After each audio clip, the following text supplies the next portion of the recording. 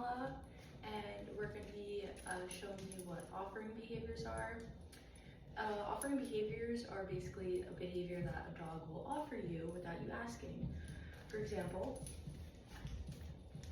yes, good job. And I'm going to clicker out.